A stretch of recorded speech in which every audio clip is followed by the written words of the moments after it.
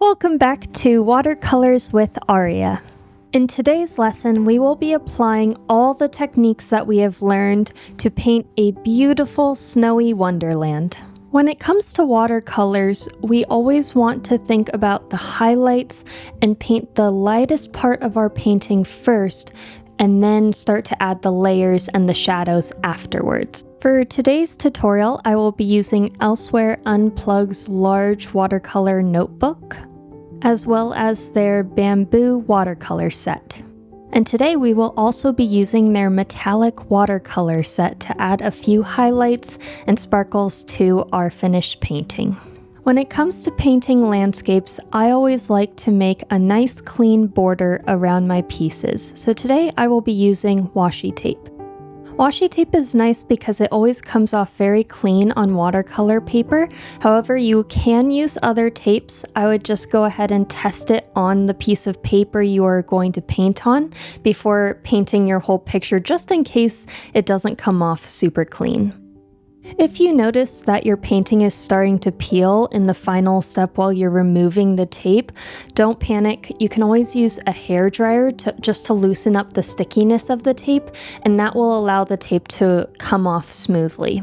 So now I'm going to make the border of my painting with my tape. And so for this part, I am just trying to map out a general rectangle for my painting. This does not have to be perfect. I just really love how the final picture always looks when I use tape for a border. And I also love removing it at the end because it's always very satisfying. Also, you do not have to use a border with tape if you don't want to. You can just paint right on the paper and it will look exactly the same. The first things we will be adding to our snowy wonderland are some snow-covered trees. Since the snow is going to be the lightest part of our painting, we want to try and paint that first. To do this, I'm going to start by making a tea consistency of our black so that it's almost a light gray. Once I have a light gray, I'm going to mark where I think the top of the first tree should be, so right there. Now, starting at the very top of our tree, we are going to paint a very light upside down heart. Again, we're not necessarily painting a direct tree, we're just mapping out where we want the snow to be on the tree. We are now going to map out the rest of our snowy branches by making some droopy flower petal shapes. So as I'm painting these droopy flower petals, I'm just keeping in mind the general shape of how I want the tree to be. As I add new flower petals, I'm just going to continue to start at the middle top part of each petal and just keep drawing my branches downwards as though the snow is kind of weighing down the branches of my tree. And these branches by no means have to be perfect at all. All I'm doing is making essentially warning signs for myself, where I just want to tell my future self that you do not want to paint within these white petals. We want those to stay our highlighted sections of the piece. Here, I'm just continuing to make my little gray loops while maintaining the general shape of my tree. I'm going to go ahead and add a second snowy tree by just starting with a point to signify the top of the piece and then paint my little upside down heart. And from there, I'm going to go back to painting my light gray petals as our snowy branches of our tree. Again, just making some light loops while maintaining the general shape of how you want your tree to look. One thing to also keep in mind while painting these loops is that we will be adding some more shadows, so you do want to keep the loops a little bit more big. For instance, you don't want to paint a loop like this one too close up to the other loops. We want to paint nice big loops so that we can add lots and lots of layers inside and outside the loops. I'm going to go ahead and also make a small little tree up here just by making a dot and then continuing with the same technique that we've been using, just making some light gray petals, but just not adding as many petals to make a smaller tree. Now that we have the main subjects of our painting mapped out, we can go ahead and map out our background. Since it's a snowy wonderland, I'm going to go ahead and add a few mountains to our background. So, marking where the top of my mountain is, I'm now just going to lightly drag my paintbrush down to make a mountain peak right in the middle. I'm also going to go ahead and give it a few mountain friends to chill with right next to it. Now that we have everything mapped out, we can go ahead and go back to the trees and paint the highlights and the snow on the trees. When it comes to painting snow, you want to keep in mind that snow is going to reflect the light that it sees. Our painting today is going to have a beautiful night sky of the Milky Way galaxy that will have hues of blues and pinks. In order to reflect that, I'm going to add light blue and pink shadows to my snowy trees. I'm going to begin by making a tea consistency of my blue, as well as a tea consistency of a pinky maroon color, mixing our purple and our red. When painting shadows, we always want to think about where the light is coming from.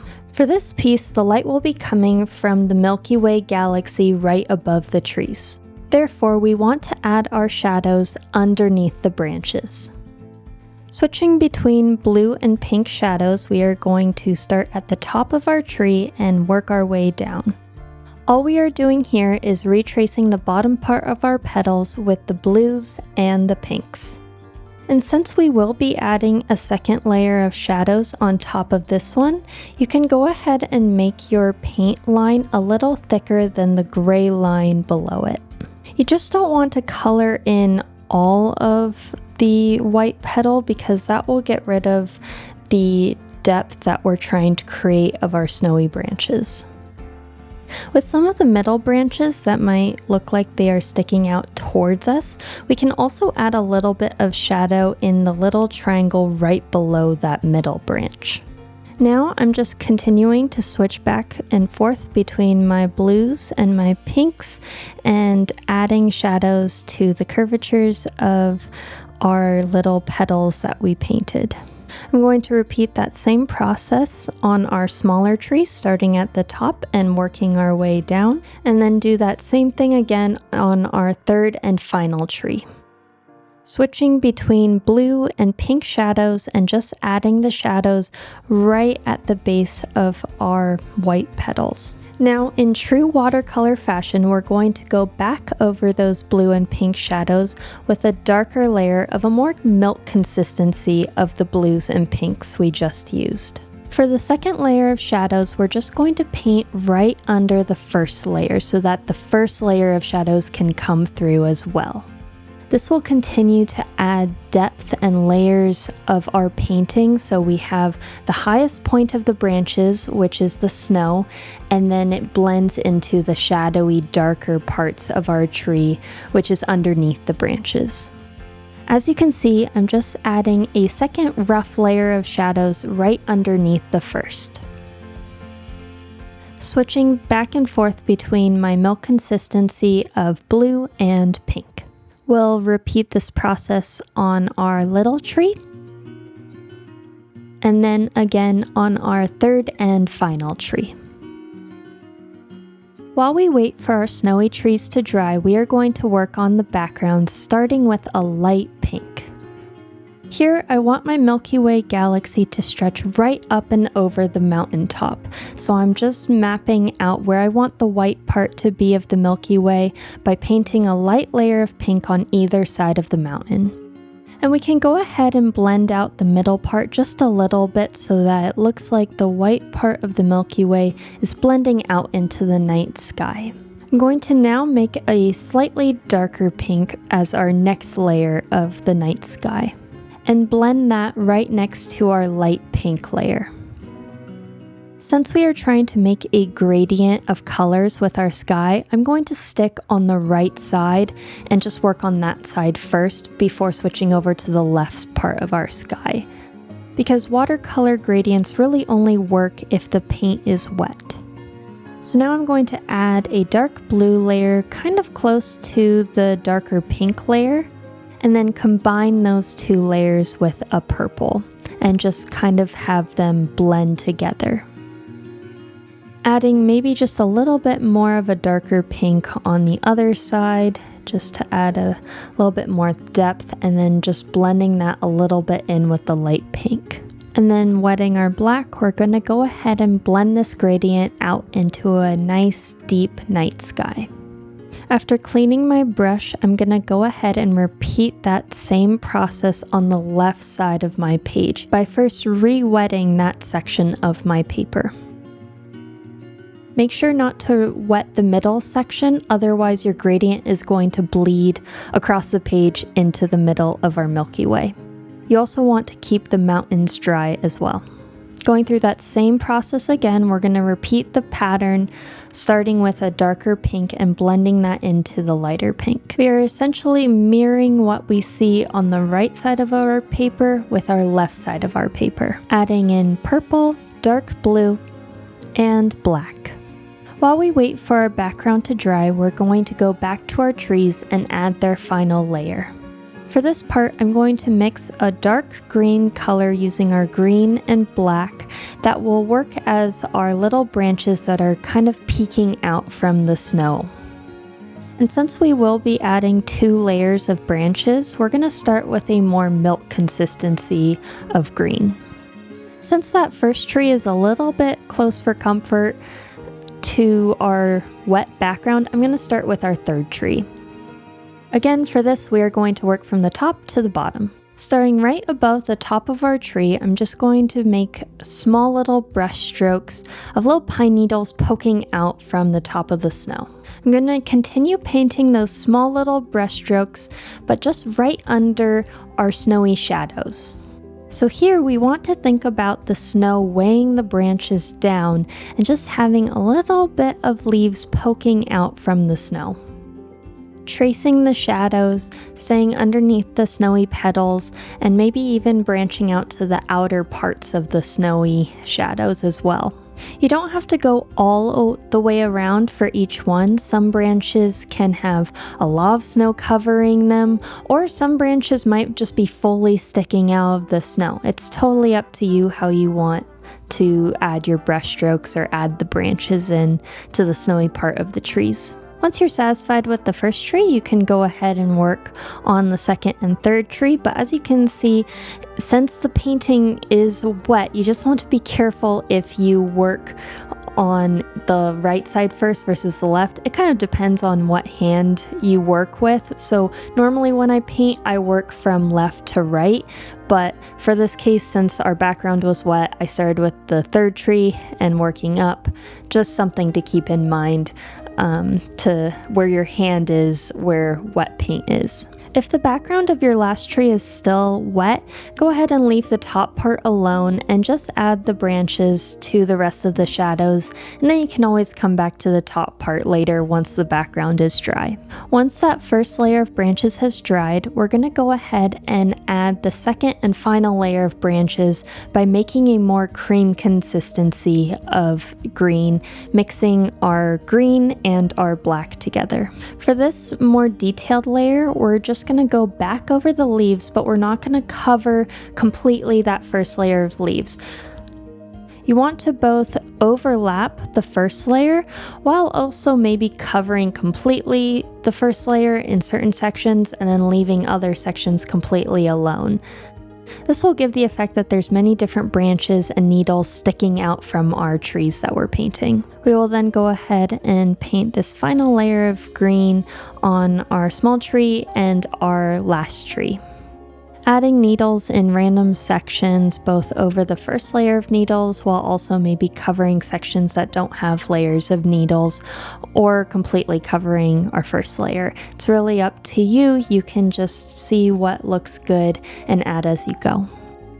Since our background still appears to be a little wet, we're going to work on the mountains next. For the mountains, we want to make a tea milk consistency with our black. Starting at the top of our mountain, I'm just going to make some small little squiggles, drawing it all the way down, and then spreading out that paint a little bit off to the side, as though there's kind of a small rock falling from the mountain. For the shadows of the mountains, we want to pick up our brush pretty frequently so that we have different boulder sections, which will give the effect that there is snow on the mountains, but that there's also sections of rock that are peeking out from the snow. So some sections will have a lot of rocks sticking out, while others I'm just going to add little stippling effects or dots, small dots, to different white sections of our mountain, leaving little bits of white in random places for our snow. I will tell you right now, none of my mountains have ever looked like any other mountain I've painted. They always come out different every time. So for this part, you can be pretty rough with your paintbrush and just kind of do some little squiggles wherever you want. I usually just try to be parallel with the mountain edge that I have painted and think about doing little squiggles in that direction, while also adding a few random dots here and there to make a few smaller rocks. You'll also notice that the color of black that I'm using is a little bit more of a lighter gray color, and that's because this is, again, going to be more of a first layer of rocks. Once we are satisfied with the first layer of rocks on our mountains, we can then go back over them with a more cream consistency of black to make more of a highlights of the rocks. Snowy mountains are a little counterintuitive for me because we want the highest point of our cliffs to actually have the darkest part of black. And then where the snow kind of blends out, that'll be more gray, and then snow as the snow kind of covers more of the lower sections of rock. As you can see, I'm just adding darker, rough brush strokes over our first layer of rocks that we just painted. Now that our background is dry, I'm going to go back over to that first tree and add the top part into it really fast before I forget. For the last part, you are going to want to get a clean cup of water because we will now be adding the final highlights and stars into our painting. To make the white parts of our painting stand out a little bit more, I'm actually going to add a little bit more of light blue onto our ground snow. And I'll do this by re-wetting the snowy color that we already have on top. Using tea consistency of blue, I'm going to lightly go over the ground snow with my paintbrush. Not covering all of the snow, but highlighting certain sections of it. I'll also add a few shadows to our trees by making a little bit of a darker blue, but keeping with that tea consistency, and then lightly brushing right underneath where our trees are. Starting at the very end of our tree and dragging your paintbrush back and forth to make a little blue shadow right underneath the tree. We'll do the same thing with our other tree, kind of thinking of a more upside down triangle, and then lightly brush over the ground snow with our tea consistency of blue. We can also add a little bit of a darker layer of blue right underneath the tree, since that will be the darkest section of the shadows. Now we are going to add the stars to our sky by first wetting the white in our paint palette until it starts to form a cream consistency within the cake of the paint. So we're not going to add the white to our mixing palette, we're just going to keep the white where it is inside the paint. Once you achieve a creamy consistency with your white, you can begin to add little dots of stars to your night sky, allowing it to be pretty random with the placement, having some stars closer together while other stars a little further away from each other. You just want to make sure that your background is absolutely 100% dry, otherwise your stars will just blend into the background that you've just painted. I'm going to add a few more stars closer to the Milky Way, since that's kind of the source of our stars, and then have them kind of blast out of the center of the Milky Way and bleed out into the night sky. As you go, make sure you keep adding water to your white so that it stays wet, so that you can keep adding stars to your night sky. Now we're going to do something extra special today and open up Elsewhere Unplug's metallic watercolor kit. As you can see, these watercolors are super shiny, so they are going to be perfect for our stars. Adding water to our silver, I'm going to make a cream consistency within the silver palette. Taking my smaller paintbrush, I will now begin to add the silver to a few different stars, and you can already start to see that the silver really makes the stars pop. I'm painted a little bit of a bigger star, so in the hopes you can see it, you do not have to paint a huge star if you don't want to, but you also can if you want to create some kind of supernova. What I love about Elsewhere Unplug's metallic watercolors is that you can paint them right on top of darker watercolors, and then they will stand out and make these beautiful shiny highlights in your paintings, and they are obviously perfect for stars. For fun, I think I might even add a few pink and purple stars as well. Since I had so much fun painting our silver stars, I'm going to also add a few snowy footprints using the metallic blue. For these, I'm painting little slanted ovals as though someone just took a midnight stroll through the snow. I'll also wet the metallic green and even add a few highlights onto our little branches as well.